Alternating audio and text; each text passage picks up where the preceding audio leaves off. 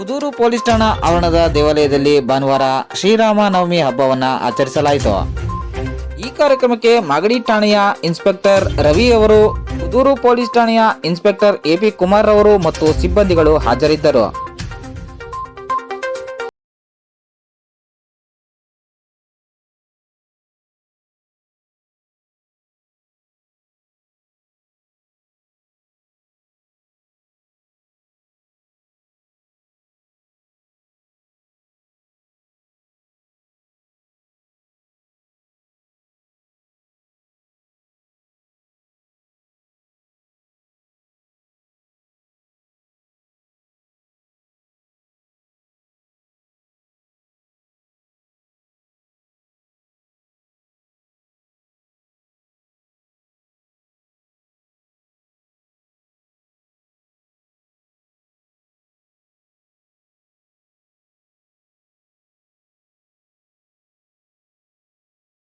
ಭೈರವದುರ್ಗ ಬೆಟ್ಟದ ಶ್ರೀ ಕೋಟೆ ಆಂಜನೇಯ ಸ್ವಾಮಿ ದೇವರಿಗೆ ಭಾನುವಾರ ಶ್ರೀರಾಮ ನವಮಿ ಹಬ್ಬದ ಪ್ರಯುಕ್ತ ವಿಶೇಷವಾದ ಅಲಂಕಾರವನ್ನು ಮಾಡಲಾಗಿತ್ತು.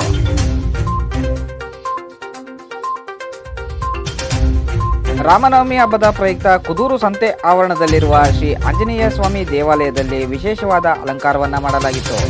ಹಬ್ಬದ ಪ್ರಯುಕ್ತ ಸಂತೆ ಆವರಣದ ಶ್ರೀ ಆಂಜನೇಯ ಸ್ವಾಮಿ ದೇವಾಲಯದ ಬಳಿ ಮಜ್ಜಿಗೆ, ಪಾನಕ, ಹೆಸರುಬೇಳೆಯನ್ನ ವಿತರಿಸಲಾಯಿತು.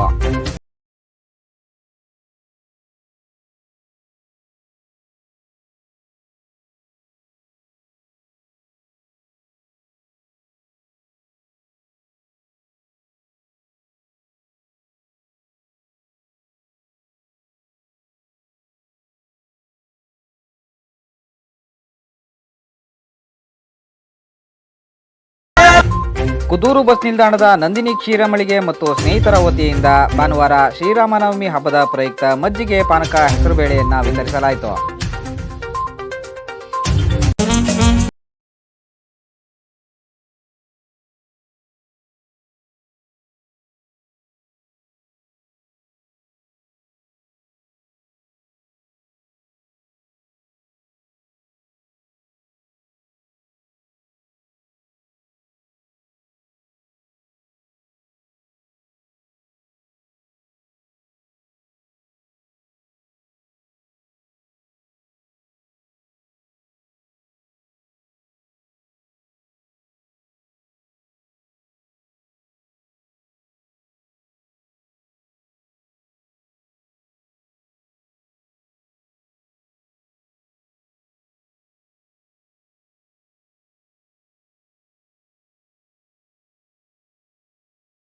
ಶ್ರೀ ಲಕ್ಷ್ಮೀನಾರಾಯಣ ಸ್ವಾಮಿ ದೇವಾಲಯದಲ್ಲೂ ಸಹ ಶ್ರೀರಾಮನವಮಿ ಹಬ್ಬದ ಪ್ರಯುಕ್ತ ವಿಶೇಷವಾದ ಅಲಂಕಾರವನ್ನ ಮಾಡಲಾಗಿತ್ತು.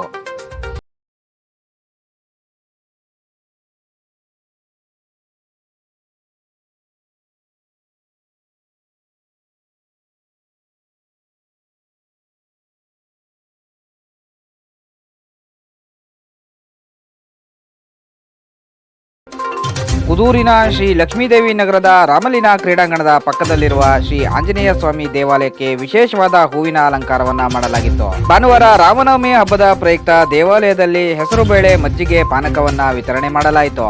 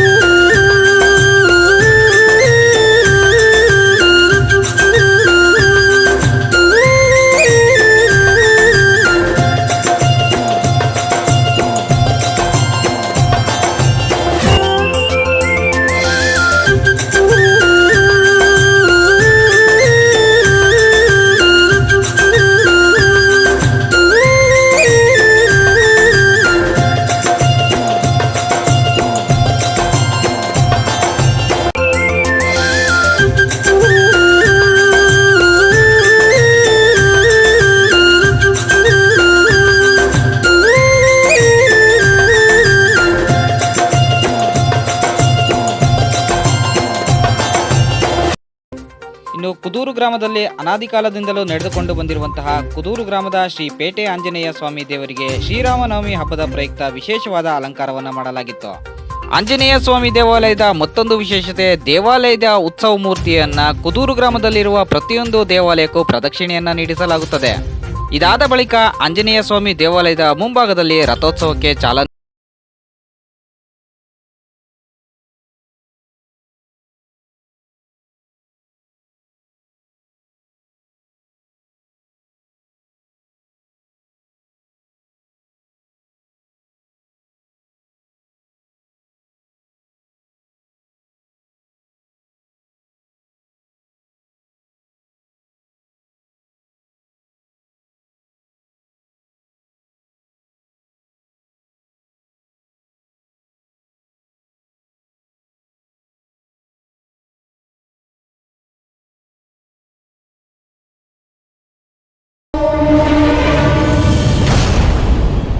ಜನ್ಮ ಕೊಟ್ಟವ್ರ ಮೇಲೆ ಆಣೆ ಮಾಡಿ ಹೇಳ್ತೀನಿ, ಈ